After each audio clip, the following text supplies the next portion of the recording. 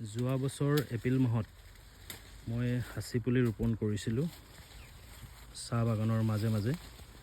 এতিয়া চাওকচোন কি সুন্দৰ গ্ৰথ হৈছে।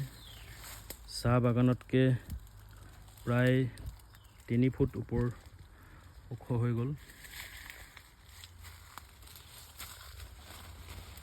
মই যেতিয়া লগাইছিলোঁ তেতিয়া চাহ গছতকৈ চাপৰ আছিলে। এতিয়া 16 মাহৰ পিছত ইমান ওখ হৈ গ'ল। গ্ৰথ বহুত সুন্দৰ। চাহ বাগানতকৈ চাপৰ পুলিও লগাব পাৰিব, একো অসুবিধা নাই। পুলি মৰিব বুলি একো চিন্তা কৰিব নালাগে। চাপৰ পুলি লগালেও যেতিয়া ইমান ধুনীয়া গ্ৰথ হৈছে, একো চিন্তা কৰিবলগীয়া কথা নাই। এইবোৰ চব পুলি বাচিলে, চব চাহ গছতকৈ ওখ হৈ গ'ল।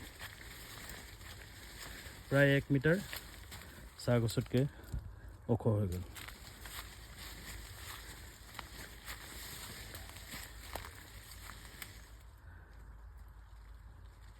এইবিলাক পুৰণা গছো আছে, চাহ গছ আছে। চাহ গছৰ মাজে মাজে মেহগনি গছ, সাঁচি গছ। যেতিয়া ডাঙৰখিনি কটা হ'ব, এই পুলিখিনি আকৌ জেগাডোখৰ ফিল আপ কৰি ৰাখিব।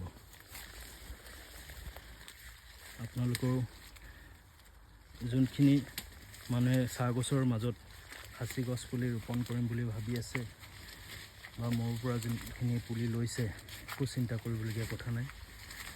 এনেকৈ 3 ফুটৰ 4 ফুটৰ অন্তৰে সাঁচি পুলি ৰোপণ কৰি দিব পাৰিব। ধন্যবাদ।